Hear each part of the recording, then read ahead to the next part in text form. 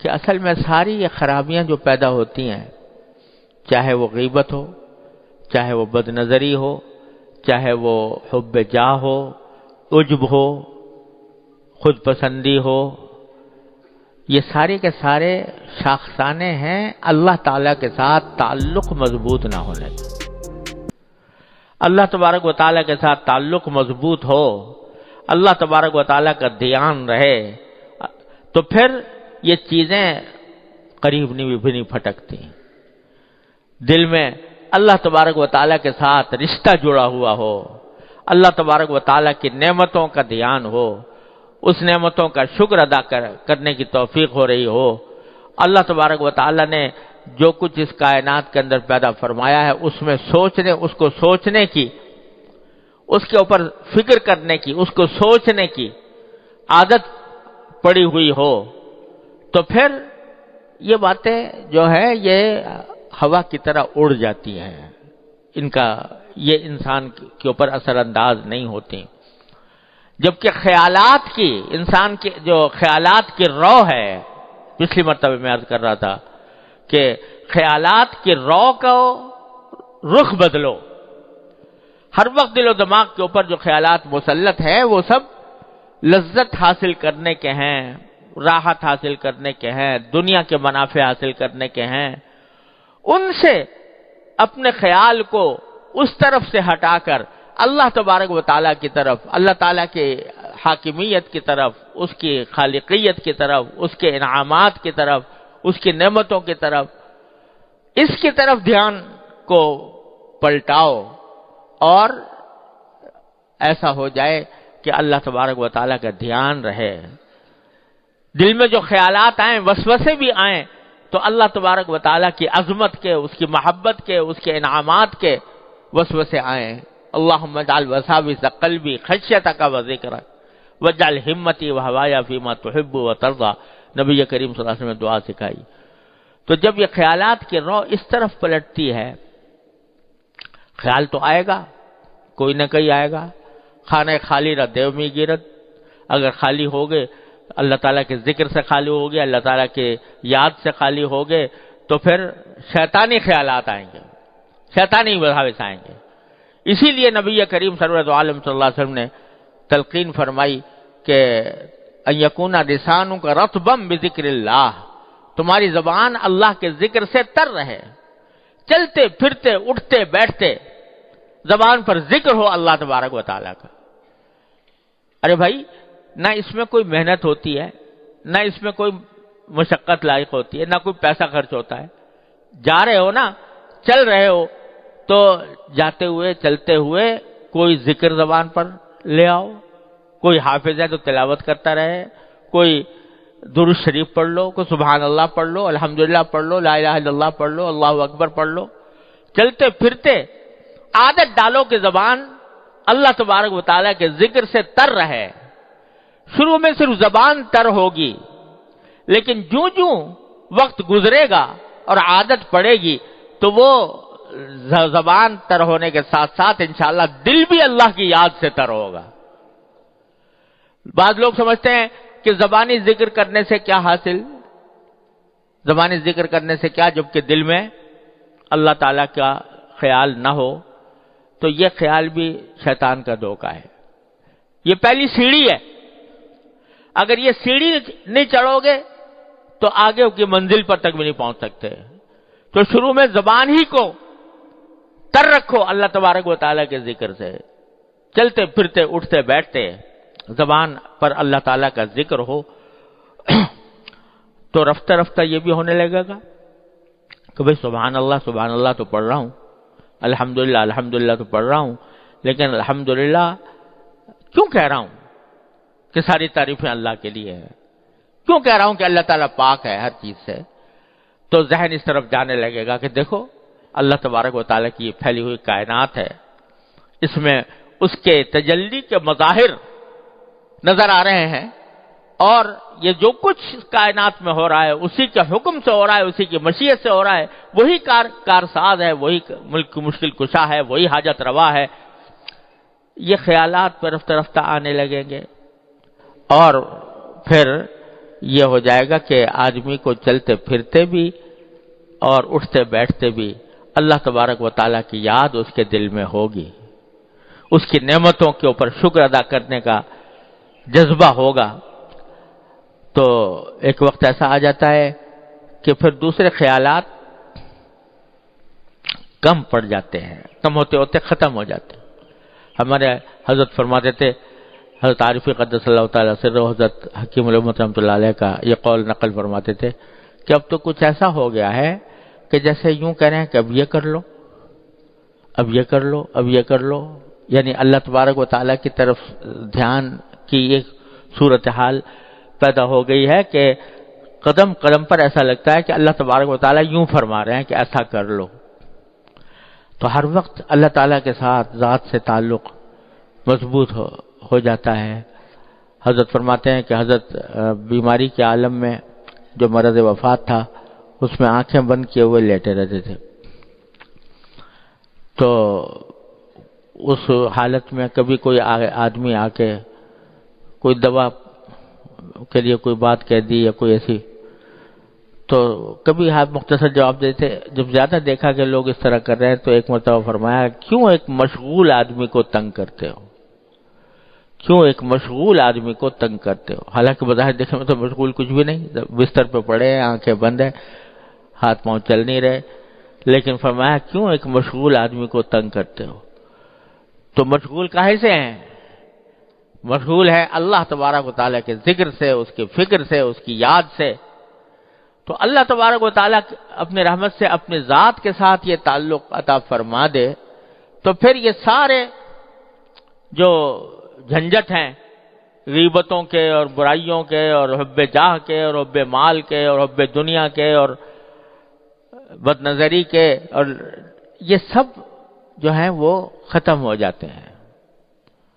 جیسے کل حضرت مجدود صاحب فرماتے ہیں کہ جب مہر نمایاں ہوا سب چھپ گئے تارے، جب مہر نمایاں ہوا سب چھپ گئے تارے، تو مجھ کو بھری بزم میں تنہا نظر آیا۔ تو پھر یہ ساری کائنات میں ایک ہی جلوہ نظر آتا ہے، وہ ایک ہی چیز، ایک ہی جلوہ نظر آتا ہے، انسان کے سامنے پھر کوئی اور چیز نہیں رہتی، اللہ تبارک و تعالیٰ ہی کا جلوہ، اللہ تعالیٰ ہی کا ذکر، اسی کی یاد، اسی کی فکر، اسی کی نعمتوں کا شکر۔ اور اگر کوئی تکلیف بھی پہنچی ہے، اگر کوئی تکلیف بھی پہنچی ہے تو اس تکلیف کے اوپر بھی یہ خیال ہوتا ہے کہ یہ میرے مالک کی طرف سے اس کی مشیت کا ایک حصہ ہے اور اس مشیت کے اندر ہی مصلحت ہے، مجھے اس پر اجر مل رہا ہے۔ کانٹا بھی چبھ جاتا ہے تو وہ مجھے اجر عطا فرماتے ہیں، کوئی مجھے تشویش لائق ہوتی ہے تو اس پر بھی وہ اجر عطا فرماتے ہیں۔ تو تکلیف کی حالت ہو یا راحت کی حالت ہو، ہر صورت میں اللہ تبارک و تعالیٰ کے ذکر و فکر سے انسان کا دل آباد رہتا ہے۔ تو یہ اللہ تبارک و تعالیٰ کے ساتھ تعلق ہے جو انسان کو ان ساری گناہوں سے بچاتا ہے۔ کہاں کا عجب، کہاں کا تکبر، جب اللہ تبارک و تعالیٰ کی ذات کی طرف دھیان لگ گیا، اس کے ساتھ تعلق مضبوط ہو گیا، تو پر کہاں کا عجب اور کہاں کا اپنی کوئی حقیقت نظر نہیں آتی۔ اللہ تبارک و تعالیٰ کے عظمتوں کا استحضار کرنے کے نتیجے میں کبھی آدمی کے پر خیال بھی نہیں گزر سکتا کہ میں کوئی ایسی چیز ہوں کہ جو قابل ذکر ہو، سب کچھ ان کی عطا ہے۔ میرے حضرت والد ماجد رحمۃ اللہ علیہ، اللہ تعالیٰ ان کے درجات بلند فرمائے۔ اللہ اکبر کبیرہ۔ مرض وفات سے کچھ دن پہلے ایک دن کبھی کبھی حضرت شعر بھی فرماتے تھے، تو ایک شعر فرمایا تھا اور وہ اس کی حالت کی تصویر کیا ہے، اللہ تبارک و تعالیٰ وہ ہم سب کے لیے اپنا حال بنا دے اپنی رحمت سے۔ فرمایا کہ تیرا جمال ہے، تیرا خیال ہے، تو ہے، تیرا جمال ہے، تیرا خیال ہے، تو ہے، مجھے یہ فرصت کاوش کہاں کہ کیا ہوں میں تو ہر وقت تیرے جمال، تیرے کمال میں، تیری ذات میں محور مگن ہوں، تو مجھے یہ کام فرصت رکھی ہے کہ میں اپنے بارے میں سوچوں کہ میری کیا حقیقت ہے اور میں کتنا بڑا ہوں اور کتنا چھوٹا ہوں. تیرا جمال ہے، تیرا خیال ہے، تو ہے، مجھے یہ فرصت کاوش کہاں کہ کیا ہوں میں. یہ اللہ تبارک و تعالی سے تعلق جب اپنی رحمت سے اللہ تعالیٰ اس کو مضبوط فرما دیتے ہیں تو یہ کیفیت ہو جاتی ہے. تیرا جمال ہے، تیرا خیال ہے، تو ہے. ہر وقت، ہر آن، ہر وقت، ہر آن، ہر کام میں. بظاہر آدمی دنیا کے کام میں لگا ہوا ہوتا ہے لیکن اس کا دل مشغول ہے اللہ تبارک و تعالیٰ کے ساتھ. اور بظاہر وہ دیکھنے میں وہ کام کر رہا ہے جس کا دین سے کوئی تعلق نہیں، لیکن حقیقت میں اندر اس کا باطن، اس کا خیال، اس کا دھیان وہ اللہ تعالیٰ کی طرف ہے. دست بیار و دل بیار و دست بکار کا ہاتھ تو کام میں لگے ہوئے ہیں لیکن دل اللہ تبارک و تعالیٰ کی طرف متوجہ ہے. میں نے اپنے والد ماجد قدس اللہ تعالیٰ سرہ سے سنا، حضرت فرماتے تھے کہ ایک مرتبہ حضرت حکیم الامت قدس اللہ تعالیٰ سرہ کے خلفاء میں سے حضرت مفتی محمد حسن صاحب رحمۃ اللہ علیہ، ان کے مدرسے میں، امرتسر میں ان کا مدرسہ تھا، تو وہاں ایک مرتبہ حضرت کے کچھ خلفاء کا اجتماع ہوا جس میں خود حضرت مفتی محمد حسن صاحب رحمۃ اللہ علیہ بھی تھے، میرے والد ماجد رحمۃ اللہ علیہ بھی تھے، اور حضرت مجذوب صاحب جو حضرت کے بڑے عاشق زار قسم کے خلیفہ تھے، اور تخلص بھی مجذوب تھا اور کچھ ادائیں بھی مجذوبانہ تھیں. تو ان کا اجتماع تھا. حضرت مفتی محمد حسن صاحب رحمۃ اللہ علیہ نے کچھ کھانے کی دعوت کی ہوئی تھی، تو کھانا ہوا. کھانے کے بعد وہ آم کا موسم تھا، آم لائے گئے، سب نے آم چوسے، اور اس دوران حضرت مجذوب صاحب چونکہ شاعر آدمی تھے تو شعر بہت سناتے رہے، غزلیں بھی سناتے رہے، کچھ ہنسی مذاق بھی ہوتا رہا. آخر کار جب کافی دیر مجلس گزر گئی تو حضرت مجذوب صاحب نے فرمایا کہ بھئی بتاؤ کس کس کو غفلت ہوئی، یعنی اس کھانے پینے میں، اس دعوت میں، اس مجلس میں، ہنسی مذاق میں کس کس کو غفلت ہوئی. غفلت کے معنی یہ کہ آدمی اللہ تعالیٰ کے ذکر سے غافل ہوا. تو بہتوں نے کہا کہ جی ہم سبھی اس وقت تو کھانے پینے میں لگے ہوئے ہیں اور اس چیز میں لگے ہوئے تھے. فرمایا الحمدللہ مجھے غفلت نہیں ہوئی. یعنی اس ہنسی مذاق کے ماحول میں بھی،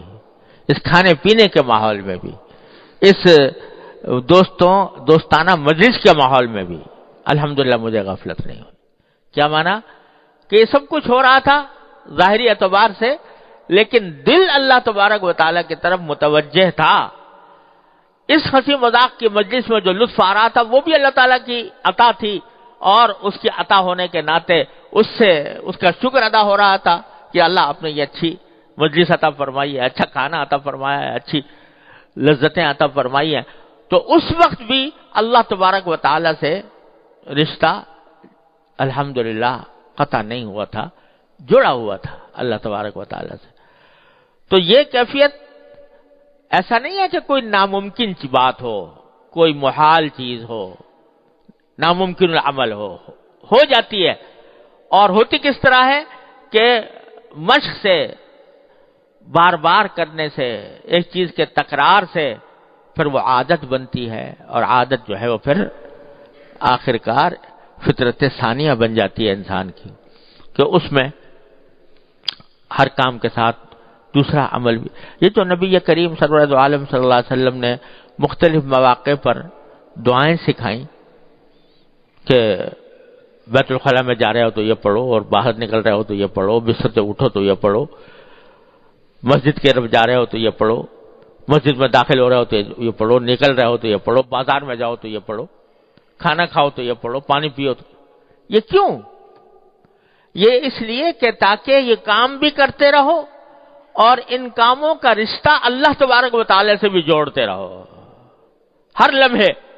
ہر تھوڑی دیر کے بعد، ہر تھوڑے وقفے کے بعد رجوع اسی طرف ہے، اللہ تعالیٰ کی طرف. اے اللہ آپ کا شکر ہے آپ نے یہ عطا فرما دیا، اے اللہ آپ کا شکر ہے کہ آپ نے یہ نعمت عطا فرمائی، اے اللہ ہم آپ سے مانگتے ہیں کہ ایسا کر دیجئے۔ یہ سارا دعائیں جو سکھائی گئی ہیں نبی کریم سرور دو عالم صلی اللہ علیہ وسلم کی طرف سے ادعیہ معصورہ، یہ انتہائی عجیب و غریب نسخہ ہے جو نبی کریم سرور دو عالم صلی اللہ علیہ وسلم نے بندے کو عطا فرما دیا ہے اپنے اللہ تعالی سے تعلق جوڑنے کا۔ تو یہ اسی لیے ہے کہ کام کچھ بھی کر رہا ہو انسان،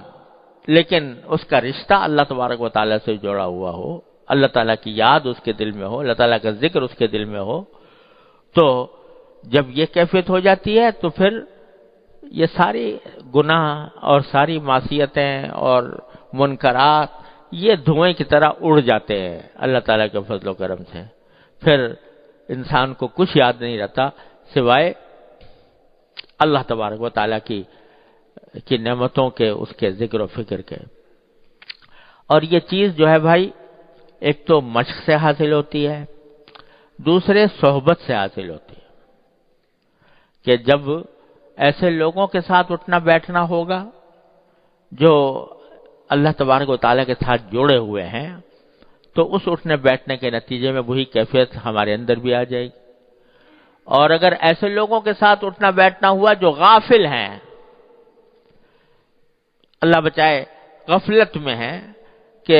اللہ تعالیٰ کی طرف دھیان نہیں جاتا، اللہ تعالیٰ کے سامنے حاضر ہونے کی کوئی فکر نہیں ہوتی، موت کا دھیان نہیں ہوتا، اور وہ غفلت کے عالم میں زندگی گزار رہے ہیں، ان کے ساتھ جب اٹھنا بیٹھنا ہوگا، ان کے ساتھ ہر وقت کی نشست و برخاست ہوگی، تو پھر وہی غفلت ہمارے اندر بھی آئی۔ صحبت کا انسان کے اوپر بہت اثر پڑتا ہے، لہذا اٹھنا بیٹھنا بھی ایسے لوگوں کے ساتھ ہو، مجلسیں ایسے لوگوں کے ساتھ ہوں جو یہ حضرت صحابہ کرام رضی اللہ تعالیٰ عنہ کے بارے میں حدیث میں آتا ہے کہ وہ جب ایک صحابی دوسرے صحابی سے ملتے تو فرماتے اجلس بنا نؤمن ساعتن، آؤ ذرا ہمارے ساتھ بیٹھ جاؤ، کچھ دیر ایمان کی بات کر لیں، کچھ دیر ایمان کا عمل کر لیں۔ تو یہ اس لیے کہ یہ مجلسوں کا اور انسان کی صحبت کا انسان کے اوپر بہت زیادہ اثر پڑتا ہے۔ تو ایسے لوگوں کی صحبت اختیار کرنے کی ضرورت ہے کہ جن کو اللہ تبارک و تعالی نے جن کا رشتہ اپنے سے جوڑا ہوا ہے، اور جتنی صحبت زیادہ ہوگی اتنا ہی وہ رنگ اپنے اندر بھی پیدا ہوگا۔ تو اور دوسرے مشق کرنے سے کہ اکثر و بیشتر جو اپنے ارد گرد چیزیں نظر آ رہی ہیں اس میں جو نعمتیں اللہ تبارک و تعالیٰ کی سامنے آ رہی ہیں، ان کے واسطے سے اللہ تبارک و تعالیٰ کا شکر ادا کیا جائے، اس کا دھیان کیا جائے کہ دیکھو میرے مولا نے میرے لیے کیا کچھ مہیا کر رکھا ہے۔ تو بس اس طرح رفتہ رفتہ انسان کے اندر یہ صفت آنے لگتی ہے۔ اور یہ بھی عرض کر دوں، ہمارے حضرت والا فرمایا کرتے تھے کہ یہ صفت ان دو عملوں سے، یعنی ایک صحبت سے اور دوسرے مشق سے آتی ہے، لیکن اس طرح آتی ہے کہ غیر محسوس انداز میں آتی، یعنی وہ ترقی ہوتی ہے لیکن ترقی جو ہے وہ بعض اوقات پتہ نہیں چلتی، لیکن جب آدمی لگا رہتا ہے تو وہ ترقی ہوتی ہے۔ اور اس کی مثال حضرت یہ دیا کرتے تھے کہ جیسے ایک بچہ ہے، اس کی عمر بڑھتی ہے، تو عمر بڑھنے کے ساتھ ہر روز ترقی ہو رہی ہے اس کے اندر، یہاں تک کہ دیکھتے ہی دیکھتے بالغ ہو جاتا ہے، بڑا ہو جاتا ہے، جوان ہو جاتا ہے۔ لیکن اگر کوئی ہر روز ناپے کہ کل میں کتنا انچ تھا اور آج کتنا انچ ہوں، تو کچھ بھی پتہ نہیں چلے گا فرق، لیکن ہو رہی ہے ترقی، بڑھ رہا ہے آگے کی طرف۔ تو وہ محسوس جب لگا ہوا ہو محنت میں، کوشش میں، الذین جاہدوا فینا میں داخل ہو اور کوشش میں لگا ہوا ہو تو پھر ترقی ہوتی ہے، اگرچہ اس کو محسوس نہ ہو، اور اگر محسوس نہ ہونا ہی اس کے حق میں رحمت ہے، کیونکہ اگر محسوس ہونے لگے بہت زیادہ تو اللہ بچائے کبھی خود پسندی میں مبتلا ہو جائے، لہذا وہ محسوس نہیں ہوتا۔ لیکن ہوتا ہے، ترقی ہوتی ہے، جیسے کہ ایک بچہ ترقی کر کر کے جوان ہو جاتا ہے، اسی طرح یہ بھی ہوتا ہے، بشرطے کہ راستہ سیدھا ہو، راستہ سیدھا ہو اور اس راستے کے اوپر انسان اپنی کوشش نہ چھوڑے تو اللہ تبارک و تعالیٰ فضل و کرم فرماتے ہیں، ترقی ہوتی ہے۔ اور اس وجہ سے جب آدمی سیدھے راستے پر چل رہا ہو، قدم بڑھا رہا ہو، یا کم از کم قدم بڑھانے کا پورا ارادہ کیے ہوئے ہو، تو مایوسی کا کوئی وجہ نہیں ہے، مایوسی کی کوئی وجہ نہیں ہے۔ برصراط مستقیم ہے اے دل کسے گمراہ نے، جب صراط مستقیم پر آ گئے، چلنا فی الجملہ شروع کر دیا، تو اب اس صراط مستقیم پر کوئی شخص گمراہ نہیں ہوتا، مایوسی کچھ نہیں، رفتہ رفتہ اللہ تبارک و تعالی انشاءاللہ منزل تک پہنچا دیں گے۔ اللہ تعالیٰ کی رحمت سے یہ امید رکھنی چاہیے۔ اللہ تعالیٰ ہم سب کو اس کی توفیق عطا فرمائے۔